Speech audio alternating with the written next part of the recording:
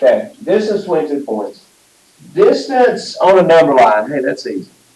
To find the distance on a number line, we can just count. And we did that back in first chapter. How far is it from -2 to 0? How far is it from -2 to 1? How far is it from 3 to -2?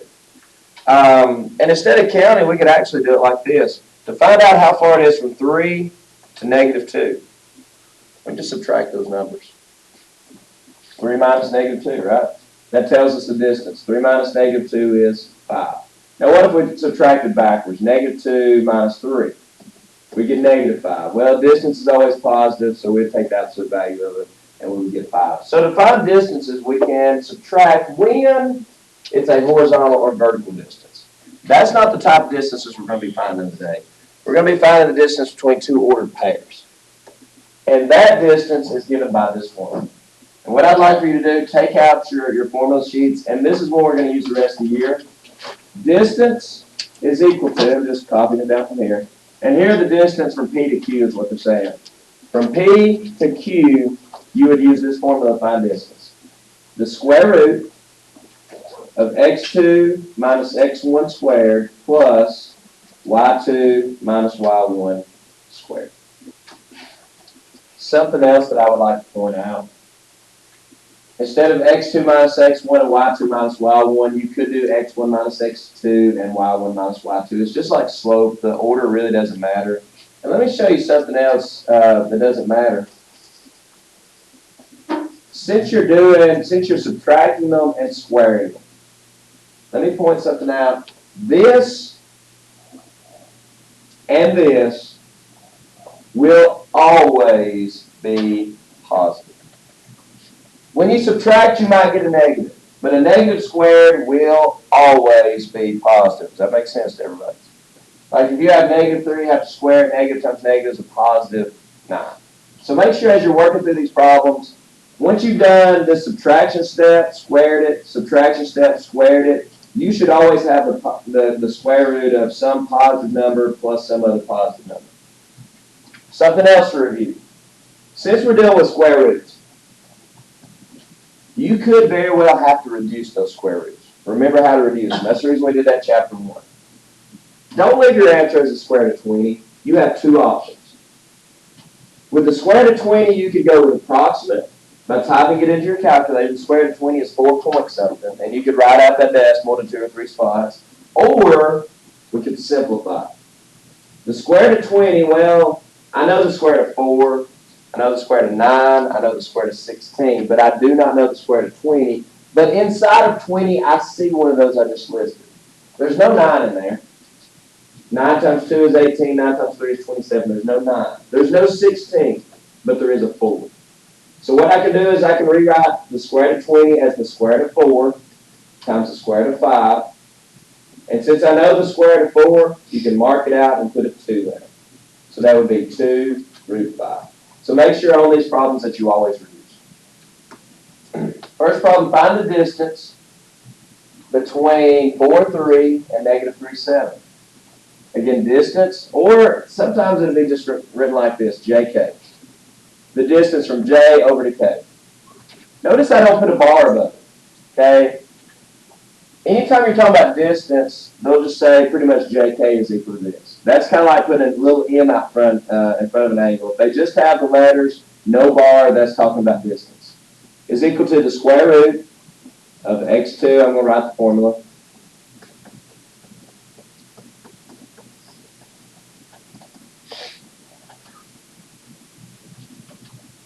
And if you want to plug in, that's fine. If you want to show to where you're plugging it in, the second x, again, remember x, y, make sure you know the order. The second x minus the first x, squared, a lot of people forget squared, plus the second y minus the first y, squared. My suggestion, do all that in one step. Do all that in one step. Claudia, help me out. -3 minus 4 squared. Subtract it, square your answer. What do you get? Perfect. And again, notice you positive 49. If you got a negative right there, you are wrong. Okay? Can't be negative. When you square something, it'll always be positive. Cole, help me with the second one. Plus. -7 and -3 squared gives you 100. That's -10 to the second power, which is 100. My final answer is the square root of 149. That's exact. If you want to try to find some root that'll work, I don't think there is one. But you can take 149, you can try to divide it by 36, you can try to divide it by 49, you can try to divide it by 64. Actually, you know what, guys? Some of these are pointless. Let's talk a little bit about math in general. Here's your perfect roots. 4, 9, 16, 25, 36, 49, 64, 81, 100. Half of these you can rule out already. Let me explain why. 149 is an odd number. Right? If you multiply, let's think for just a second. If you multiply an odd number times an even number, what do you get? Always. You thought about that? An odd number times an even number will always be even. Will it not? An odd number times an even number will always be even. Will it not? 3 times 4? 5 times 8? Test it. 7 times 6, 7 times 8, 7 times 10. An odd number times an even number will always be even. So therefore, and an even number times an even number will always be even. If there's an even involved and you multiply it, it'll always be even. So can you ever multiply an even number times something to give you 149? That rules out half your list. Okay, if you think through that rules out half your list. Try 9, try 25, try 49, try 81, try 121. None of them work, do they? So what is my simplified form? Square root of 149. And that is exact. If you want approximates, make sure that you tell me that it's approximate by doing the squiggly equals. That's about 12 points. Anybody type it in? I'd say 12.1, probably. 12.2. So about 12.2. Let me pull up this graph. Here's what you're actually finding there. Ask you to find the distance from the point -3, -7, up to the point 4, 3. Right? You just found the distance from point J to point K, right? Now, why can we not just count boxes? And I'm going to actually show you a shortcut way, and what you're actually doing here, use the way you like best. Why can I not just count boxes? Well, how far is it from here to here? Is that a single box? No. No. Now, if I'm traveling right or left, can I count boxes? Sure, there's 1 box, 2 box, 3 box, 4 box. Or if I'm traveling down, there's 1 box, 2 box, 3 box. I can count horizontally or vertically, but you can't count boxes at an angle. So let me show you this.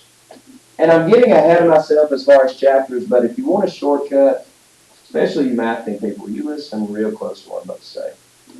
If you're wanting to find the distance between 2 points, this is what I suggest. We hardly will ever have to use that formula. Because look, take this distance, and if you've got a graph especially, draw a vertical line and draw a horizontal line. Does everybody see that right triangle that I just drew?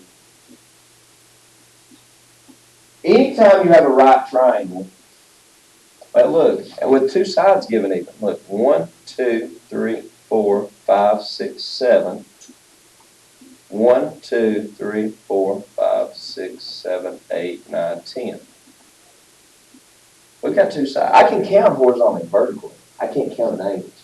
But if you have a right triangle, 2 sides are given, and you're looking for a third side, which I believe from previous classes you learned to be what's called the hypotenuse.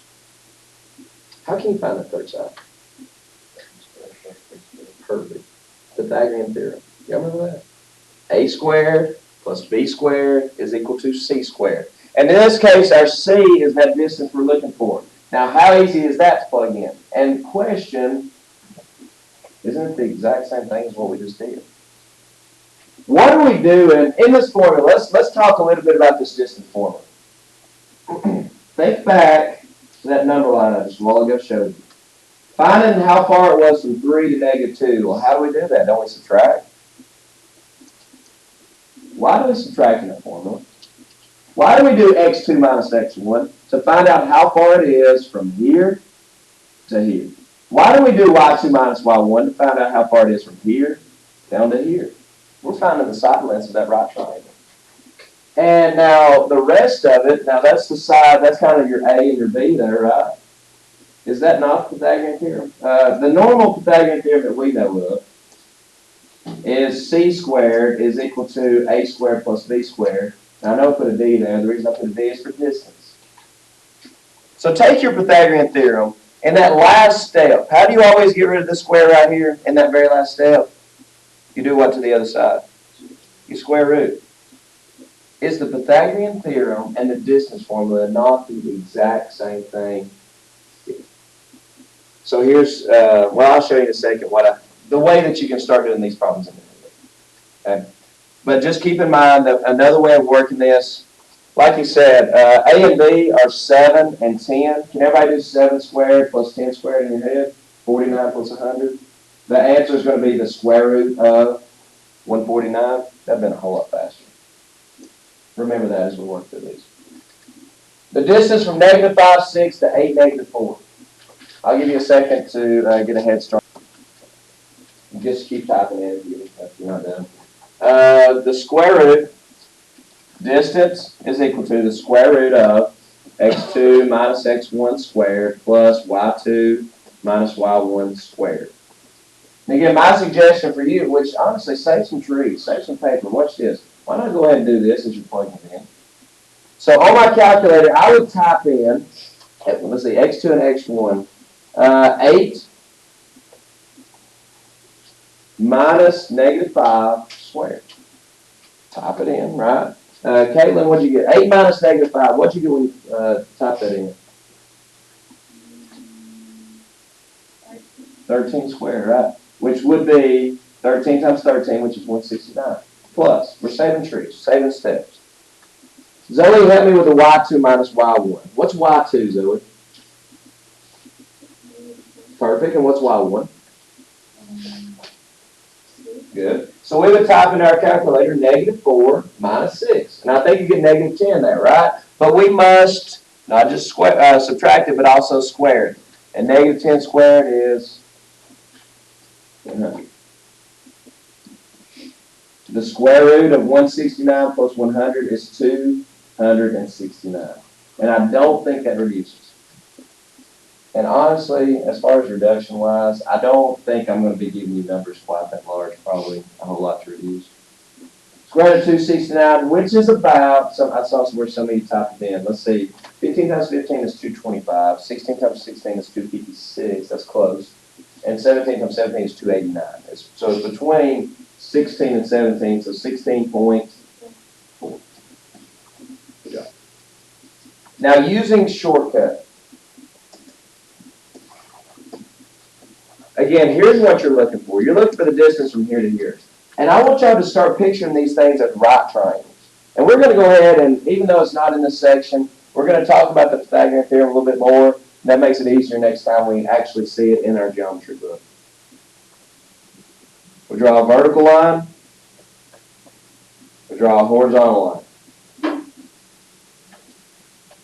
To find the A and B, again, we all know the Pythagorean theorem, a squared plus b squared equals c squared, but again, instead of c squared, I'm going to go ahead and move that squared over and write my Pythagorean theorem like that. A squared plus b squared equals c squared, or c is equal to the square root of a squared plus b squared. In order to find our A and our B, I need the distance from here over to here. Well, can we not find it with those numbers that are circled up there? Let me move that over.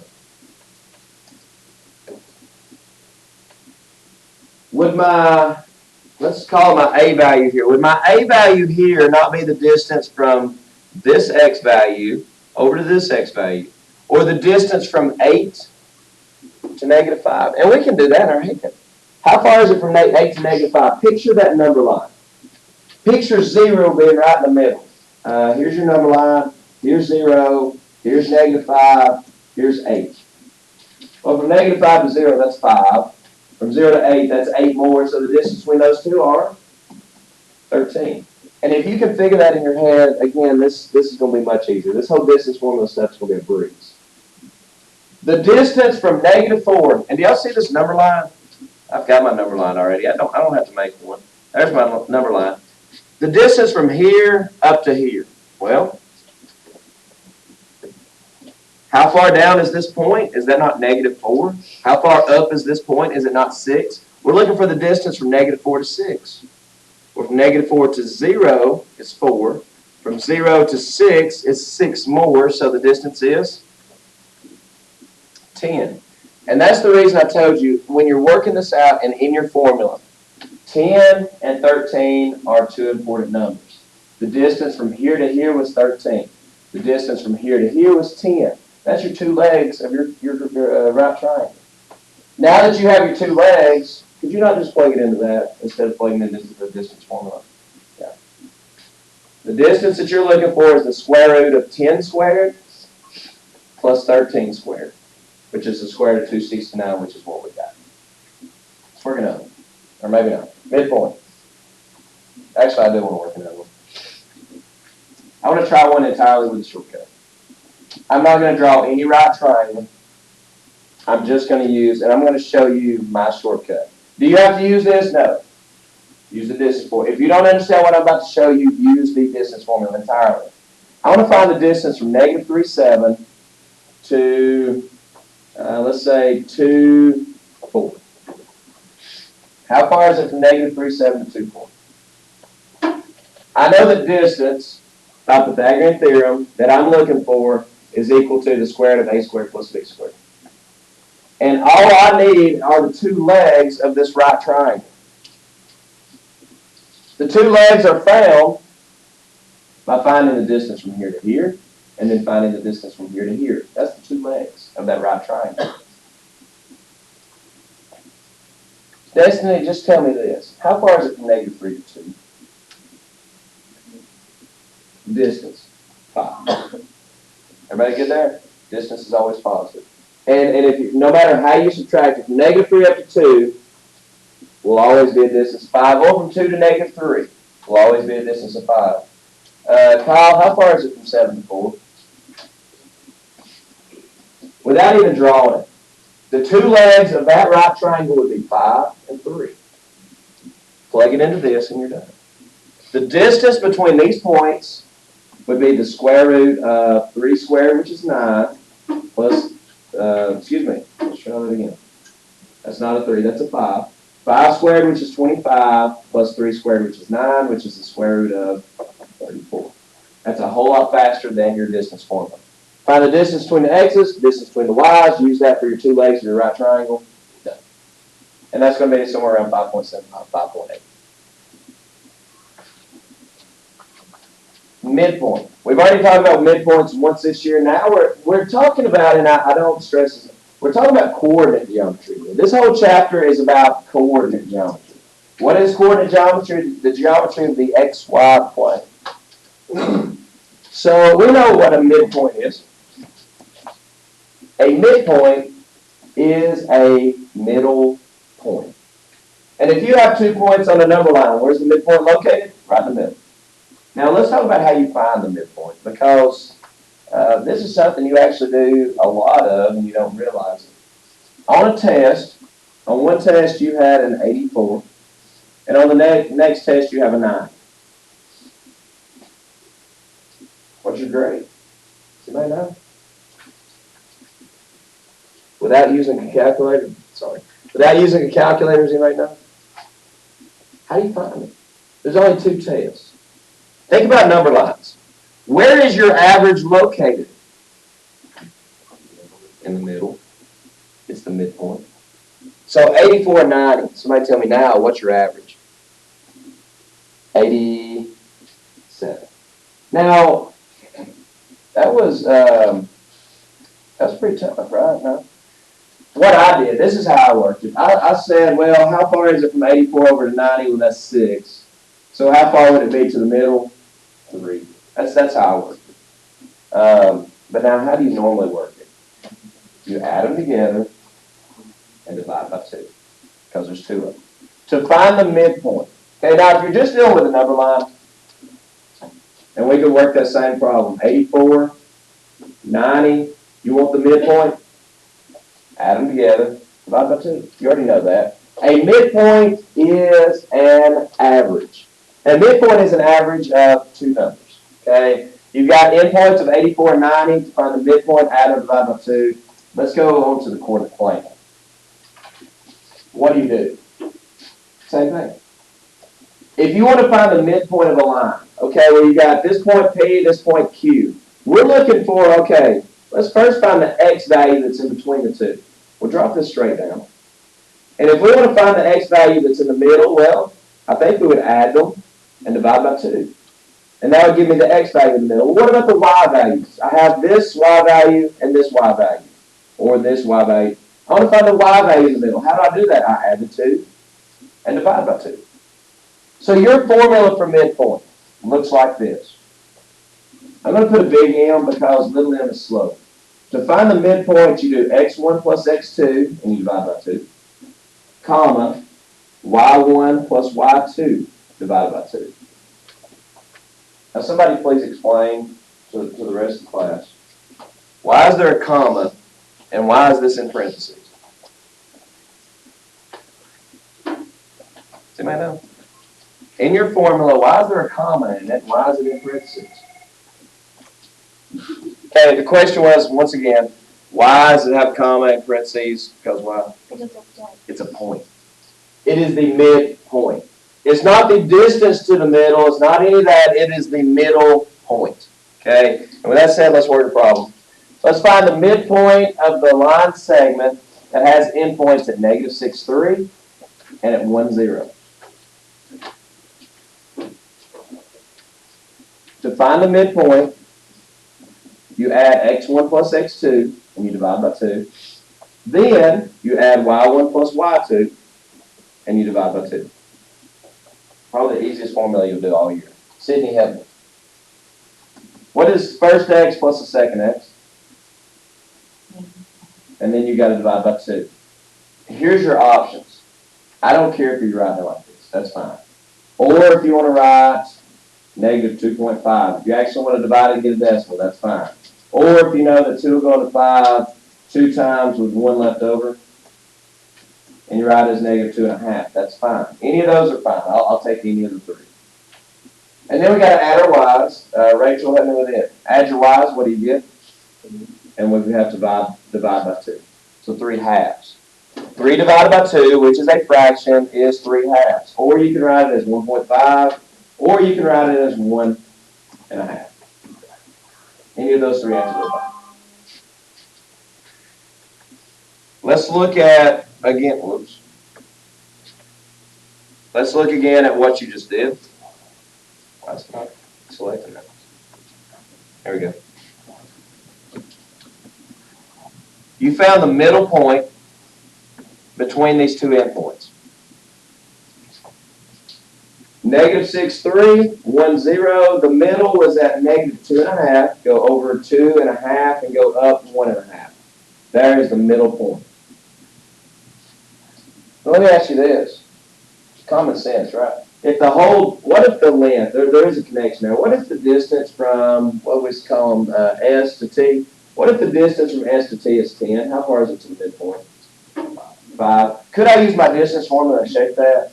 If you want to be real mathematical about it, I don't know why you would. But you could use your distance formula and find the whole distance.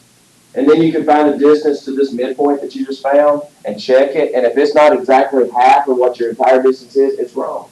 Okay? So that is, should work out mathematically then. One more, and we're not going to spend a lot of time on these. These are pretty easy. Find the coordinates of the midpoint. Again, to find a midpoint, we're going to go straight for the answer. Add your x's and divide by 2. Pretty good there. 5 and negative 4 gives me 1. Divide that by 2. 1 divided by 2. I'm just going to leave it as 1 divided by 2. 1/2. Add your y's. You can do that for me. What's 12 and 8? And divide by 2, and I get 10. That's the point that's in the middle. Negative 1/2 or 0.5, comma 10. Okay, next problem. Find the coordinates of J if K is negative 1, 2, or K negative 1, 2 is the midpoint. Now, since this is not algebra, if we were in algebra, I would take you the long way around this problem. But since it's geometry, I'm going to teach you a shortcut, just right off the bat, so we can kind of fly through this part. Everybody know about arithmetic sequences? And you might be thinking, what in the world does an arithmetic sequence have to do with this? Arithmetic sequences. Let me show you what I mean by an arithmetic sequence. You've done them. Everyone in here's done them. 1, 3, 5, 7, 9. Question. What goes next? 11. That's an arithmetic sequence. 3, 7, 11, 15, question mark. Not. You're adding the same amount each time. Or subtracting. Let's try one in the opposite direction. 6, 3, 0, negative 3, question mark. Tell me? Negative 6. Arithmetic sequences, remember. Let's work this problem. Find the coordinates of J if K is the midpoint, and I'm not graphing this exactly, I'm just getting kind of close. J of K, which is negative 1, 2, is the midpoint, and that L has the coordinates 3, negative 5. Actually, let's do it the other way. Let me put 3, negative 5 as this side.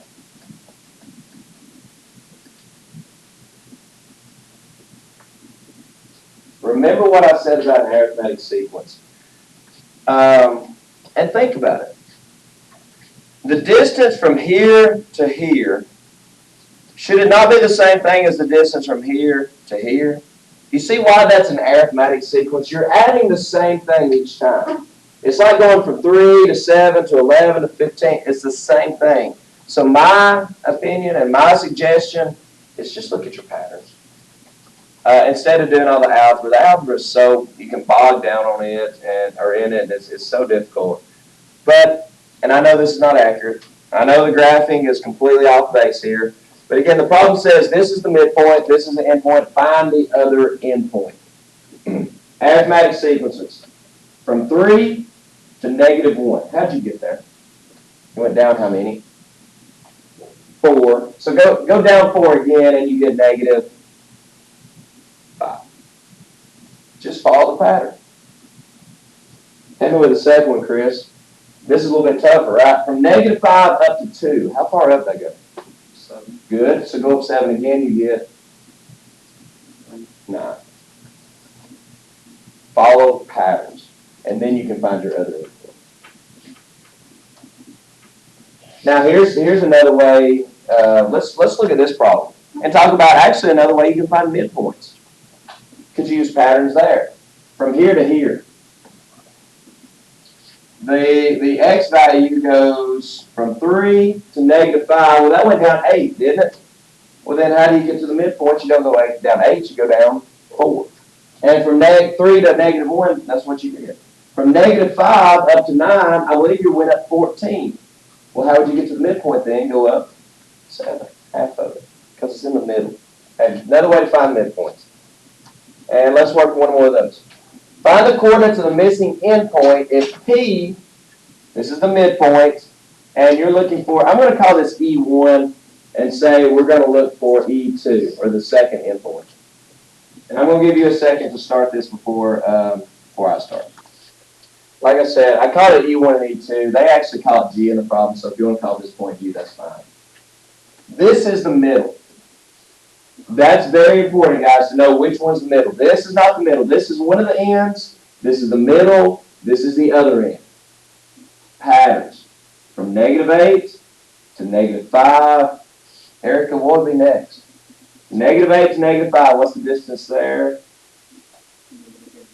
3, and then go 3 again, you get negative, here, 3. Negative 2, right? 5, 4, 3, 2.